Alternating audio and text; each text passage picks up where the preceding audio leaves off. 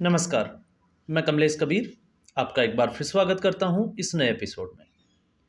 आज के इस एपिसोड में हम बात करेंगे कांग्रेस के नेता राहुल गांधी के पाकिस्तान प्रेम की। और ऐसे समय में ये खबर आई है जब आपको पता होगा कि कांग्रेस पार्टी इस वक्त हाशिए पे खड़ी है और कांग्रेस पार्टी पर लगातार जो है वो इस तरीके के आरोप भी लगते हैं। तो इस बार कांग्रेस के लाडले नेता, अलगाववादी नेता नहीं, इसको हम आतंकवादी नेता भी कह सकते हैं, यासीन मलिक की जो पत्नी है मुसाल हुसैन, जो एक समय में जो है वो पाकिस्तान में कैबिनेट में भी रही है प्रधानमंत्री के, उन्होंने राहुल गांधी को एक चिट्ठी लिखी है। अब चिट्ठी लिखने के पीछे, क्योंकि इस वक्त सरकार जो है वो भारतीय जनता पार्टी की है, तो एक तो समझने वाली बात यह है कि अगर यासीन मलिक को किसी भी तरीके की कोई राहत चाहिए तो चिट्ठी जो है वो भारतीय जनता पार्टी को, या हम कहें कि प्रधानमंत्री या राष्ट्रपति को अगर लिखी जाए तो वो समझ में आती है, लेकिन चिट्ठी लिखी जा रही है राहुल गांधी को। और मुसाल हुसैन जो है वो ये चाहती है कि यासीन मलिक का जो मुद्दा है वो संसद में उठाया जाए। क्यों उठाया जाए? क्योंकि जेल के अंदर यासीन मलिक को जो है वो भारतीय जनता पार्टी अकल्पनीय तरीके से, कि हम कल्पना भी नहीं कर सकते, इस तरीके की प्रताड़नाएं दे रही है। और दूसरा, उन्होंने ये भी बोला है कि यासीन मलिक का जो है वो हृदय परिवर्तन हुआ है और अगर यासीन मलिक को किसी भी तरह की राहत मिलती है तो वो जम्मू कश्मीर में शांति ला सकते हैं। ये जो है वो पाकिस्तान से आवाज़ उठाई गई है। तो आप सोच के देखिए कि पाकिस्तान और कांग्रेस पार्टी, मणिशंकर अय्यर, हम तमाम तरह की खबरें जो है वो जोड़ते चले जाते हैं। यासीन मलिक के साथ जो है वो प्रधानमंत्री, आपने देखा होगा मनमोहन सिंह की मुलाकात, फिर उसके बाद में यासीन मलिक को, क्योंकि अगर हम इसको रवीश कुमार का अगर गुरु भी कहें तो भी जो है वो थोड़ा सा इसको हम कह सकते हैं कि इससे भी बड़ा अगर कोई नाम है तो वो भी कह सकते हैं मालिक साहब, जो भी है, क्योंकि रवीश कुमार ने एनडीटीवी का मंच भी दिया था यासीन मलिक को। इसके अलावा आज तक जो न्यूज़ टुडे का एनक्लेव है उसमें भी जो है वो इसको बुलाया गया था। तो अब बड़ा सवाल ये होता है कि आखिर ये यासीन मलिक है कौन, और अगर ये यासीन मलिक इस तरीके के खतरनाक जो है वो कारनामों को अंजाम दे सकता है तो फिर उसके लिए राहत क्यों?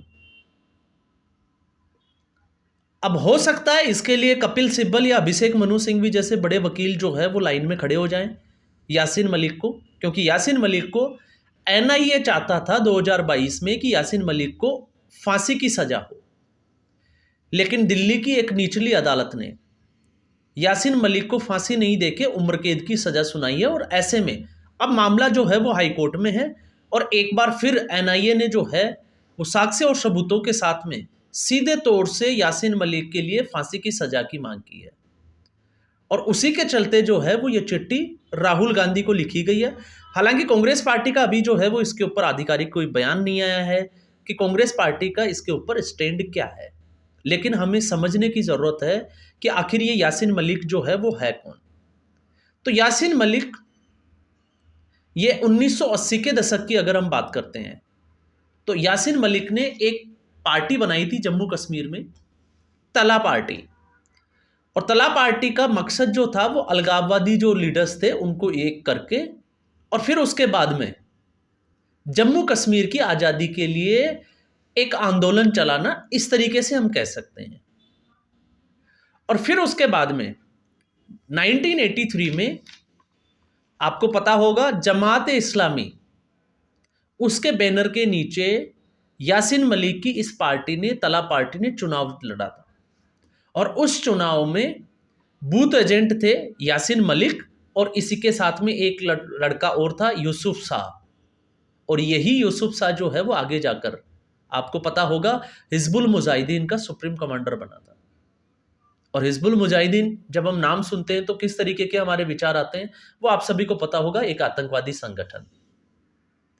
फिर उसके बाद में ये जो है वो यात्रा यासीन मलिक की आगे बढ़ती है और जब ये आगे बढ़ती है तो उसके बाद में यासीन मलिक के ऊपर 4 बड़े आरोप लगते हैं। जेल जाना, जेल से छूटना, ये जो है वो सिलसिला चलता रहता है 1986 के बाद में। लेकिन 4 जो बड़े आरोप लगते हैं वो है 1989 में जो हिंदुओं को घाटी से मारकर हत्या करके उनको घाटी से निकाला गया था, उसमें यासीन मलिक का हाथ था। एक ये बड़ा आरोप था।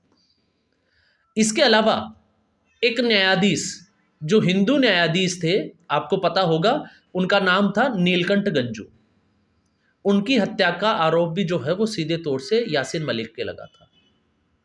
फिर 1990 की अगर हम बात करें तो 1990 में रावलपोरा जो जगह है जहां पे वायुसेना का जो बेस है, उस बेस में 4 वायुसैनिकों की जो है जवानों की हत्या का आरोप भी सीधे तौर से यासीन मलिक से जुड़ा हुआ था। तो ये बड़े जो कारनामे थे ये यासीन मलिक के घाटी में रहते हुए। उसके बाद में 1991 से लेके 19 या हम कहें कि 2000 तक यासीन मलिक जो है वो कभी 1 महीने के लिए जेल के अंदर जाता रहा, कभी 2 महीने के लिए जेल में जाता रहा, फिर कभी जो है वो 3 महीने, और ये जो सिलसिला है वो चलता रहा। जब यूपीए 1 और यूपीए 2 की जो सरकार रही, तो फिर उसके बाद में जम्मू कश्मीर में शांति के लिए कांग्रेस पार्टी ने अलगाववादी नेताओं के साथ नज़दीकियां बढ़ाना शुरू की। उनको प्रधानमंत्री आवास तक बुलाया गया और उसमें से भी शामिल थे यासीन मलिक। और आपको वो तारीख भी शायद मुझे लगता है कि आपको याद होगी, 17 फरवरी 2006, जब इस तारीख को प्रधानमंत्री आवास में यासीन मलिक आता है और प्रधानमंत्री मनमोहन सिंह के साथ मुलाकात होती है, गर्मजोशी के साथ जो है वो मुलाकातों की तस्वीर बाहर आती है, और फिर उसके बाद में यासीन मलिक जो है वो प्रेस कॉन्फ्रेंस भी करता है। तो एक वो दौर जो है वो इस तरीके का देखा गया। लेकिन 2014 के बाद में देश के हालात बदलना शुरू, और हालात किस तरीके से बदले, 2016 में जिस तरीके से उरी का जो बदला लिया गया सर्जिकल स्ट्राइक के जरिए, और दूसरा फिर जब हमने देखा कि पुलवामा जो अटैक हुआ तो उसका बदला लिया गया बालाकोट एयर स्ट्राइक। तो 2017 में पहली बार यासीन मलिक के खिलाफ जो है वो आरोप पत्र तय किए गए थे। उससे पहले ऐसे किसी भी नेता के ऊपर या किसी को अरेस्ट किया जाता था तो घाटी पे सेना के ऊपर जो है वो पत्थरबाजी की जाती थी, और इस तरीके का एक खौफ का माहौल था। तो आरोप पत्र दायर किया गया और फिर उसके बाद में यासीन मलिक को गिरफ्तार किया गया था। तो यासीन मलिक को जब गिरफ्तार किया गया, उसके बाद में ये जो है वो अलग अलग सेक्शन में जो है वो आपको पता होगा, यूएपीए की 16, 17, 18 और 20 की जो धाराएं हैं उनके तहत अलग अलग मामलों में जो है वो इसको सजा सुनाई गई है। किसी में 5 साल की सजा है, किसी में 10 साल की है। तो इस तरीके की जो है वो सजाएं यासीन मलिक को जो है वो सुनाई जा चुकी है। तो अब बड़ा सवाल ये उठता है कि आखिर कांग्रेस पार्टी को ही चिट्ठी क्यों? तो अब आप समझ गए होंगे कि कांग्रेस पार्टी का याराना कितना पुराना है। और अगर आप देखोगे, क्योंकि मैं उसमें ज़्यादा डीपली नहीं जाना चाहूँगा, लेकिन जम्मू कश्मीर में जो समस्याएं जो अभी हम देख रहे हैं, उन समस्याओं की जड़ में कहीं ना कहीं जो है वो कांग्रेस पार्टी का इन्वॉल्वमेंट आता है। क्योंकि उस समय अगर कांग्रेस पार्टी सही डिसीजन ले पाती तो आज मुझे लगता है, शायद ये मेरा आकलन है, कि आज जो है वो परिस्थितियां अलग होती। और जिस तरीके से 370 हटाई गई, जो कि भारतीय जनता पार्टी के मैनिफेस्टो का पार्ट था, और जिस तरीके से आतंकवादी गतिविधियों पे लगाम लगाई गई, लेकिन एक बार फिर अब जो है वो आतंकवादी गतिविधियां जोर पकड़ने लगी है। जैसे ही आपको पता होगा चुनाव हुआ है और नई सरकार का गठन हुआ है, तो इसी समय जो है वो अब वापस से, तो अब इसमें केंद्र सरकार का या गृह मंत्रालय का क्या रुख होता है वो देखना जरूर होगा। तो ये जो सारी है, और आपको पता भी होगा 2 नवंबर से अभी यासीन मलिक जो है वो भूख हड़ताल पर बैठे हुए हैं, अनिश्चितकालीन भूख हड़ताल। और मुशाल जो हुसैन है उसको ये डर है कि इसकी जो भूख हड़ताल है उससे उसके स्वास्थ्य पर भी असर पड़ेगा। जो व्यक्ति किसी पूर्व मुख्यमंत्री की बेटी का, मुफ्ती मोहम्मद की बेटी का अपहरण कर ले, सेना के जवानों को मारे और हिंदुओं की हत्या करके उनको घाटी से पलायन करने के लिए मजबूर करें, उसकी स्वास्थ्य की जो चिंता है, मुझे लगता है कि ये कांग्रेस पार्टी क्यों करे उसकी। और कांग्रेस पार्टी कर भी सकती है। क्यों कर सकती है? क्योंकि राहुल गांधी ने कुछ ऐसे जो है वो दुनिया के सामने एग्जाम्पल सेट किए हैं, या ऐसे कुछ मैसेज दिए हैं कि शायद राहुल गांधी और कांग्रेस पार्टी ऐसा कर सकती है।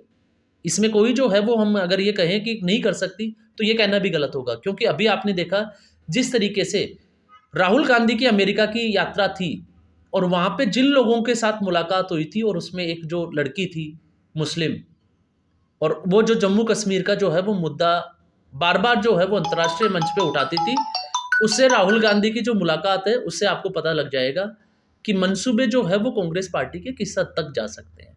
तो अगर कांग्रेस पार्टी कपिल सिब्बल या अभिषेक मनु सिंघवी जैसे अगर कोई बड़े वकील इस केस को लड़ते हैं या कांग्रेस पार्टी इसको संसद में उठाती है, तो मुझे नहीं लगता कि ये कोई जो है वो बहुत नई बात होने वाली है। तो ये कांग्रेस पार्टी के लिए और इस देश के लिए, या हम कहें कि कांग्रेस पार्टी के लिए पाकिस्तान से प्रेम पत्र है। अब इस प्रेम पत्र का जवाब जो है वो कांग्रेस पार्टी किस तरीके से देती है, ये थोड़ा सा जो है वो सब इंतजार करना पड़ेगा। आज या कल में किसी बड़े नेता की जो है वो प्रतिक्रिया इसमें आ सकती है, और अगर प्रतिक्रिया नहीं आ सकती तो आपने देखा इस वक्त चुनावी माहौल है, तो ऐसे समय में हो सकता है कोई मीडिया का कोई व्यक्ति जो है वो इनसे ये क्वेश्चन पूछे इस चिट्ठी को लेके, और फिर उसके बाद में कांग्रेस पार्टी के किसी प्रवक्ता के द्वारा जो है वो इस तरीके का बयान दिया जाए। तो 30 साल पुराना जो है वो मामला उठाया जा रहा है, और 30 साल में, क्योंकि 2017 से पहले या 2017 की हम बात नहीं करें, 2014 से पहले यासीन मलिक का कितना हृदय परिवर्तन हुआ ये पूरे देश और दुनिया ने देखा है। सारी घटनाएं जो है वो सामने है।